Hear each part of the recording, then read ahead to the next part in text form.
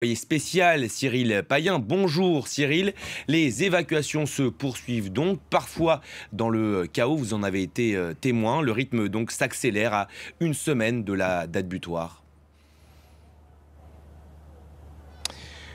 Oui, on le sent bien sur le terrain, sachant que nous sommes avec Catherine Norris-Trent dans le centre de Kaboul et en fait l'aéroport qui est à moins de 2 km de là où nous nous trouvons, c'est un autre monde, c'est un monde qui est encore occidental ou en tout cas tenu par les forces occidentales. Ici, on est vraiment en territoire taliban, donc on a finalement moins d'informations de ce qui se passe là-bas que dans le reste de l'Afghanistan. Mais oui, on sent bien évidemment, notamment auprès de l'état-major américain, qu'on accélère ce pont aérien qui déjà était un énorme défi, qui est déjà été considéré comme l'une des plus grosses évacuations de l'histoire. On accélère tout simplement parce que le président américain, quand il a demandé un petit peu plus de temps après la date butoir du 31 août, 31 août c'est presque demain, pour l'évacuation générale de l'ensemble des forces américaines et de l'ensemble des forces présentes sur place, eh bien il y a eu une fin de non-recevoir du pouvoir taliban. Le pouvoir taliban, lui, par contre, est assez visible. Il y a énormément de réunions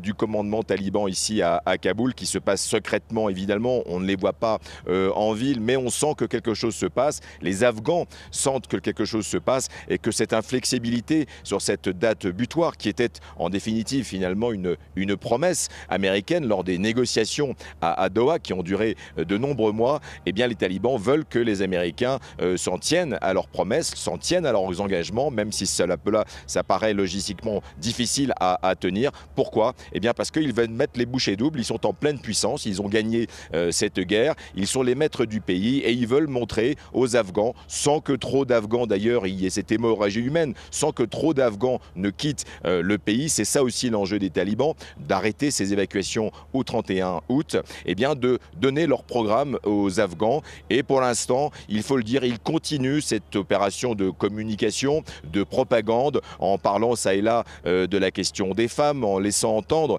qu'il y aurait effectivement un gouvernement très rapidement inclusif, peut-être avec d'anciens dignitaires des gouvernements précédents. Tout cela pour l'instant, ce ne sont que des promesses, hein, c'est sur le papier, mais en tout cas, les rues de Kaboul sont totalement quadrillées par les forces talibanes, parfois par de jeunes miliciens qui sont un peu débordés et qui sont en tout cas extrêmement tendus, c'est assez visible. Et puis, vers la vallée du Panjshir, je rappelle le dernier foyer de résistance officiel avec le fils du héros national Massoud, le commandant Massoud, donc c'est Ahmad Massoud qui a dit ne jamais vouloir déposer les armes. Eh bien les talibans envoient par centaines des troupes pour se presser vers cette vallée du Panjshir qui est réputée depuis de nombreuses années, depuis des siècles même, totalement imprenable. Cyril, les Occidentaux l'ont dit, ces derniers jours, ils veulent donc que ces évacuations se poursuivent après le 31 août. La question que l'on peut se poser aujourd'hui, c'est quels moyens de pression ont-ils sur les Américains d'un côté et sur les talibans de l'autre qui se montrent donc très fermes? C'est non pour le moment.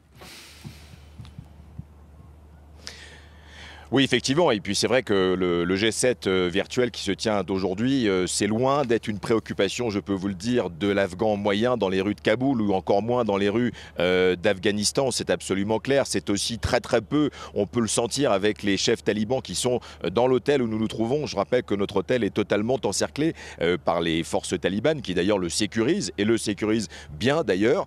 Mais ils sont vraiment maîtres du terrain. Ce n'est pas du tout leur préoccupation. Je crois que pour eux, il s'agit maintenant des affaires des Occidentaux qui doivent trouver un moyen de sortir du pays, honorablement ou pas, que ce soit une déroute, une débâcle, une défaite ou pas. La question pour eux, c'est d'être aux manettes, de créer sans doute le nouvel Émirat islamique d'Afghanistan, dit très rapidement, et bien de montrer leur programme en fait aux Afghans, avec peut-être un millésime 2021 qui sera légèrement moins rigoureux, moins répressif que le millésime 1996, mais surtout, surtout il s'agit aussi de courtiser les alliés. Les alliés, ce sont les pays de la région, le voisin pakistanais et puis les grands parrains, les nouveaux parrains importants qui ne se cachent même plus, c'est-à-dire la Chine, la Turquie évidemment, la Russie et les Iraniens qui veillent au grain et qui ont donné une forme déjà de blanc-seing aux talibans après leur arrivée à Kaboul, je le rappelle, il y a maintenant 8 jours.